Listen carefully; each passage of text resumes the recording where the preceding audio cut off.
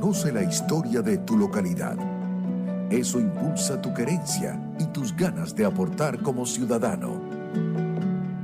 Y ya en línea, Otoniel Martínez, abogado y docente certificado por la World Climate Foundation como educador global, embajador del Climate Action Project en Venezuela, con diplomado en Historia de Venezuela, Historia de las Américas e Historia General. Sus redes sociales, @OtoMartínez67. Y hoy vamos a hablar de esas historias de los parques nacionales, haciendo referencia a monumentos naturales del estado Anzoátegui. Esto me encanta siempre de Otoniel, pues nos acercamos siempre a esa historia de lo que es nuestro estado Anzoátegui. ¿Cómo estás, Otoniel? Bienvenido.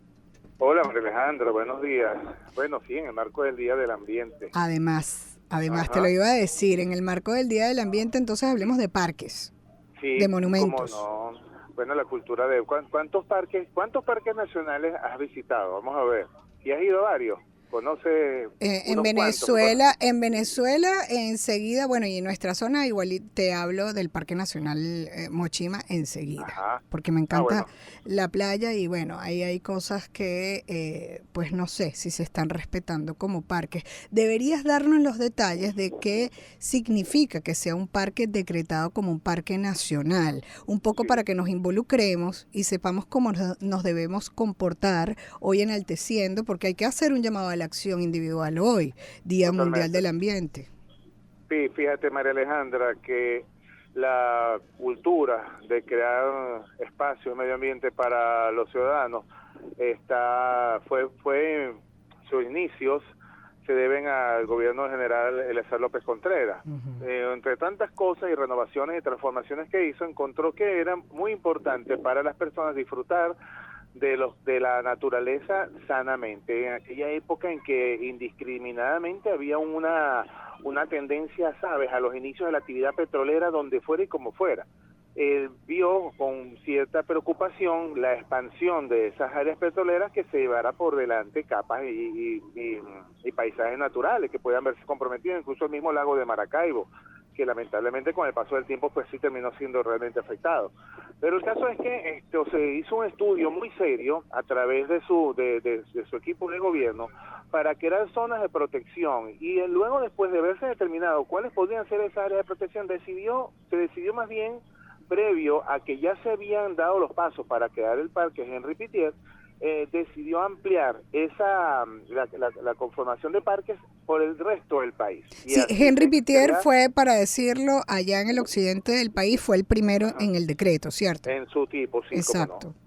Sí, entonces con esa experiencia llegó a formar un cuerpo dentro. Acuérdate que el general, entre las cosas buenas que hizo, también creó un cuerpo dedicado a la conservación ambiental, la Guardia Forestal, que se dedicaba fundamentalmente a preservar y a cumplir con la protección de los espacios que se iban a asegurar mediante la ley de parques.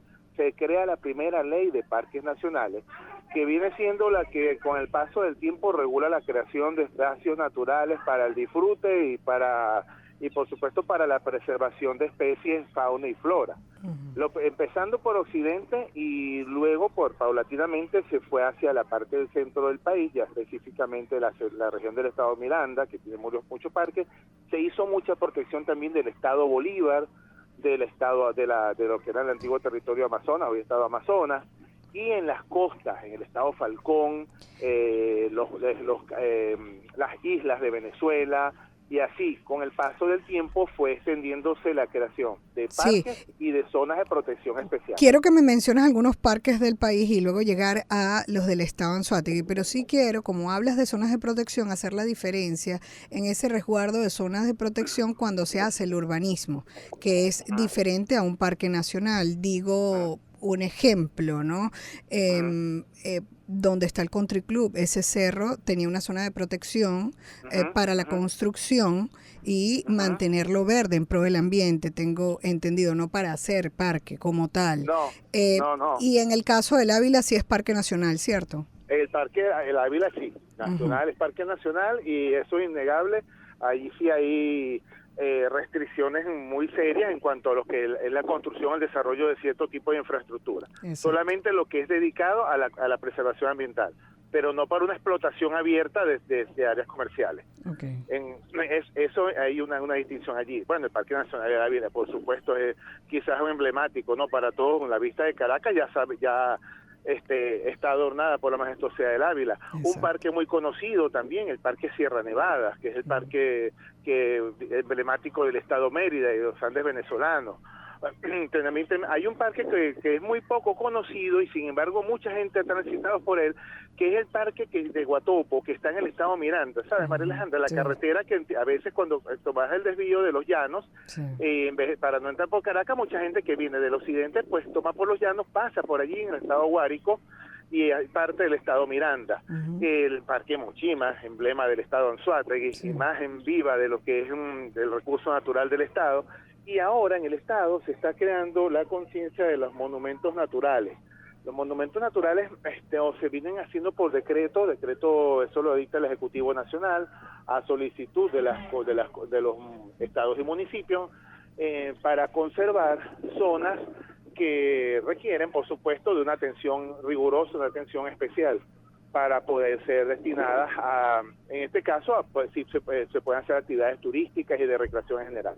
En el estado de Anzoátegui ahorita ya se ha trabajado en la formulación del decreto para establecer como monumentos naturales las famosísimas cuevas de Rolando. ¿Tú conoces esas cuevas? Sí. Y eso lo que pasa es que la caminada y nada, pero bueno. Bueno, según y que ya hay más seguridad para visitarlos, porque realmente estaba peligroso. Sí, porque precisamente la creación decretar los monumentos naturales implica varias actividades. No es nada más sino dejarlo así, sino que las autoridades locales puedan tener también o tengan el resguardo, la responsabilidad de resguardar, cuidar con personal, con funcionarios que estén al tanto y que estén pendientes de lo que allí se realiza. Pues te pregunto, el control, la fiscalización. Parque La Sirena, Parque Andrés Eloy Blanco. No, esos son parques urbanos. El Parque La Sirena es un parque municipal, es un parque natural, pero es un parque municipal. No está como parque nacional. Entonces, ¿cuál es la diferencia y cuál es el resguardo que hace a través del decreto el hecho de ser un parque nacional?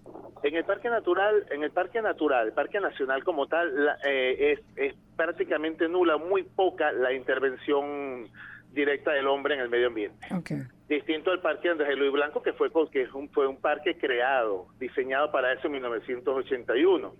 Eso es distinto. ¿Y quién es el obligado a hacer el resguardo?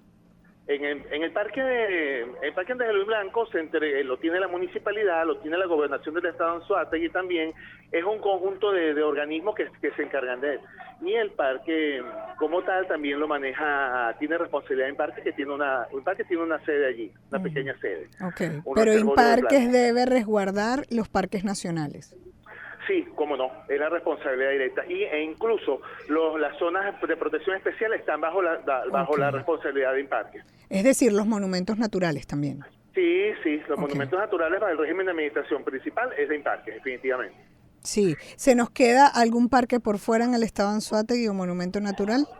Bueno, hacia el sur del estado, lo que llamamos los farallones de Chimire, que están en Cantaura, que esa es una zona importantísima, la zona del río Caura, que forma el gran parque nacional El Caura, que está un territorio importante dentro del estado de Anzoátegui, al sur del estado, que son zonas importantísimas porque están ubicadas en el área donde está la faja petrolífera. Entonces, es lo que te digo, cuando López Contreras, en el año 36, 37, estableció los criterios para proteger las zonas, fue precisamente pensando que la explotación petrolera no pusiera en peligro ni en riesgo tanto las especies vegetales como las especies de fauna. Interesantísimo este tema del día de hoy y un poco también para nosotros saber y cuidar, porque tenemos responsabilidades como ciudadanos. Gracias a Otoniel Martínez, abogado y docente, certificado por la World Climate Foundation como educador global. Además es embajador del Climate Action Project en Venezuela, con diplomado en Historia de Venezuela, Historia de las Américas e Historia General. Síganlo en sus redes sociales, @OtoMartinez67.